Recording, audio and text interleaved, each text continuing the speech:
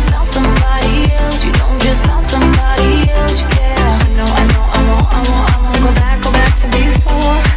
I won't go back to before. No, don't call me now, 'cause I'm better off without you. I don't need you around, don't need no one to hold me down. Let's say don't call me now, 'cause I'm better off without you. I don't need you around, don't need no one to hold me down. Yeah, somebody else. You don't just love somebody else. You don't just love somebody else. You don't just love somebody else. Yeah, I won't go back to before. I won't go back to before. No, don't call me now, 'cause I'm better off without you. I don't need you around, don't need no one to hold me down. Let's say don't call me now, 'cause I'm better off without you. I don't need you around, don't need no one to hold me down. Yan, so hello, magandang araw sa inyong lahat, magandang gabi.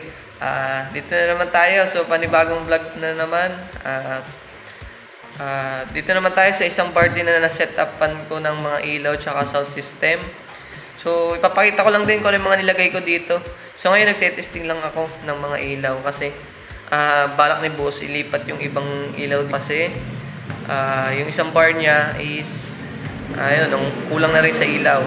So kasi ngayon hindi pa naman to operational totally. So baka mamili pa daw kasi siya ng ibang ilaw. So lilipat muna natin yung ibang sinet up na natin dito. So nakasiling yan, medyo mataas. Ayun, no? So yan, nagte-testing tayo ng mga ilaw natin. So ipapakita ko lang din kung ano yung mga nilagay ko dito mga ilaw, kung ano yung mga klase, kung ano yung mga ginamit kong controller. Ayun, so ayan. Tara. So simulan natin sa stage. So ayan. Yung ilaw natin sa stage. Papakita ko sa inyo kung ano mga ilaw na yan. So makikita nyo naman dito sa video, naka BA tayo na moving head. So maliit lang yan. Yan. Maliit lang siya. BI yan. May kasamang prism lang sa gitna. Tapos sa laser natin, hindi ko alam yung total yung tawag dito pero nakalagay kasi sa box is Derby laser. So Derby laser nakalagay dun So yun na rin tawag natin. So dalawa yan, one per side. At ang panggitna natin is yung laser na 6 eyes na RGB. So ayan, working ngayon yan. Lahat nakaprogram yan sa ating DMX. Tapos ang ginamit kong monitor ng DJ, overhead monitor siya. So itong Beta 3 na column type. So ito yung Beta 3 na hindi ko tatandaan yung tawag dito. Pero column type siya ng Beta 3. So alit lang yan. Pero okay din tumunog. Tapos sa controller ko, total dito naman tayo sa stage. Yung controller ng ilaw nandito sa stage. So gumamit na ako ng Disco 240 console. So lahat yan nakaprogram na. Lahat yan ng ilaw na andito yung control niyan. At sa ating sound system, so gumamit tayo ng Joson baka naman. Joson Hawk 8 as our control ng ating sounds. At ibang processor. So nilagay ko dito. Pasensya, kulang pa ito Pero kasi sabi ni boss gusto niya ay working lang. So gumamit ako dito ng sa switch is itong 10 channel na power switch. At ito naglagay din ako ng crossover para sa ating subwoofer kasi lahat naman tayo dito naka-powered maliban lang dun sa sub natin, subwoofer kasi tayo gumamit ng passive type cut dito. Tas ito 4-hour monitor at syempre sa ating house. So bumili pa tayo ng EQ. So dapat may isa pa yan para left and right. Pero ngayon naka-mono lang ngayon yan, naka-singular lang yan. Kabaak niya ay for front house, yung ating speaker na nakasabit. So ayun. Tsaka yun nandun sa dulo, may dalawang speaker doon. So yun yung ating house. Tapos yung kabakan nito is yung subwoofer. So meron na tayong crossover, meron pa tayong equalizer. So, yun ang ginawa ko dito. Para medyo mas okay sana yung tunog.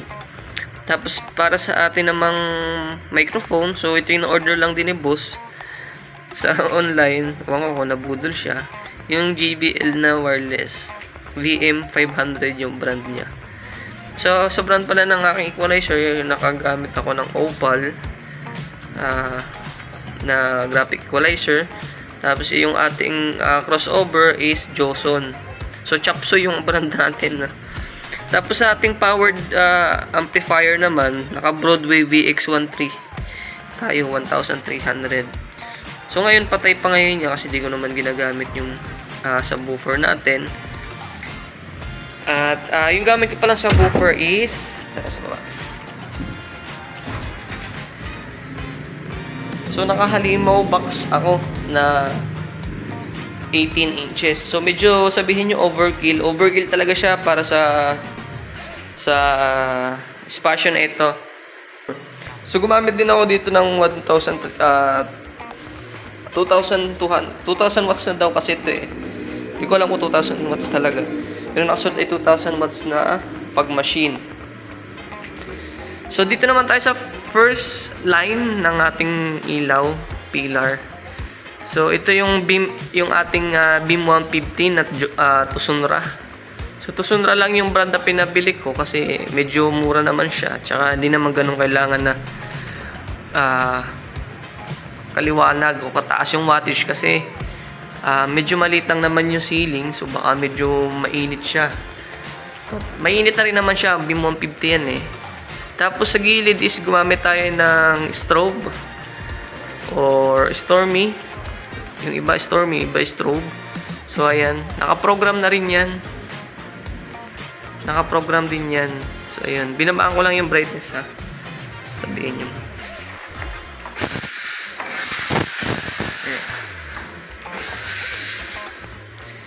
So gumamit ako dito ng ayan. Sa ating power LED, ano rin yan, Tucsunra na full color. Ano, is parang spotlight lang yun na DJ. Tapos dito, ayan, kung makikita nyo, 8 piraso yan ng beam 150. So, same lang yan, beam 150. Ayan. So, medyo matalas din yung ano niya, no? Yung kita yung talas ng ating ilaw. Tapos, sa front house naman natin, ayan, no? Hindi ko masasabi front house siya kasi nasa ceiling siya tapos nakatutok pa sa baba. So gumamit ako ng TA na 15. Ayan, so powered yan. 1,200 yata, 1.4 siguro na titanium audio. So medyo mura siya kaya yan na rin ang binili ni boss. Ayan, so ayan, talikuran yan. Ayan. Ayan, so apat na piraso yan. Yan. Nandito sa sa likuran yung dalawa. So nakatayo siya. Tapos ayan, nandito yung isa dalawang power LED para sa ating audience light. So ayan. So makikita ninyo naka-program naman lahat 'yan. So working lahat 'yan.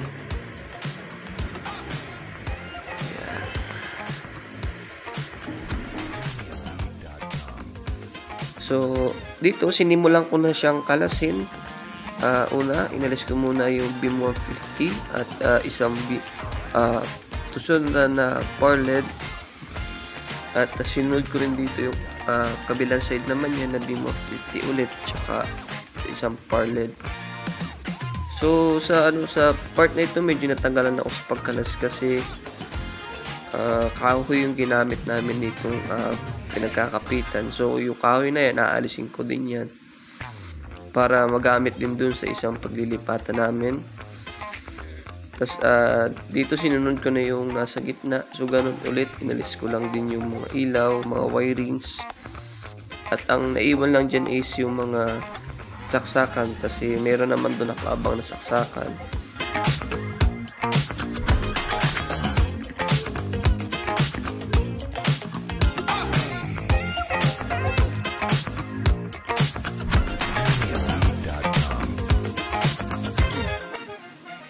So, sa side na yan, Siyempre tanggal lahat ng ilaw. Matitira lang dyan talaga is yung speaker lang natin na active na titanium audio na 1400 watts wattage. At yung monitor natin, may iwan lang din yan. At yung ating subwoofer. So yung mga processor din, may iwanan lang din siya. So totally na ilaw lang talaga ang tatanggalin ko sa bar na ito para ilipat doon sa isa.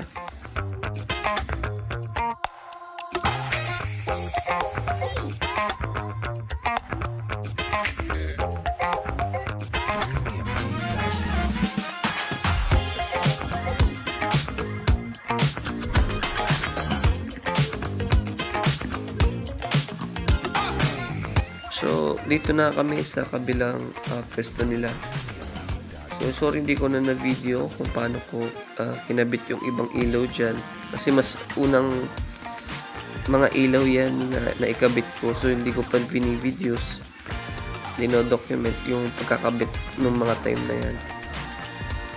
So, dito pinaltang ko lang yung dati nakalagay diyan na mga 60 watts na beam. So, in-upgrade na natin siya sa beam of 50.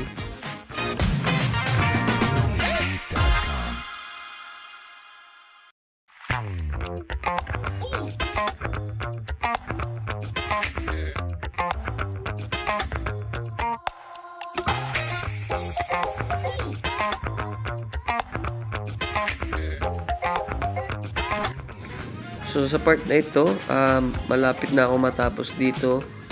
Nilalagay ko na lang yung mga lasers natin. Yung 6-eyes laser sa mismong gitna. At 1 per side ng derby laser natin.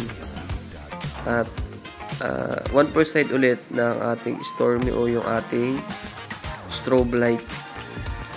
At lahat naman yan ay nakaprogram. So mamaya papakita ko sa inyo yung kinalabasan ng ating pag-setup dito sa bar na ito. Tara!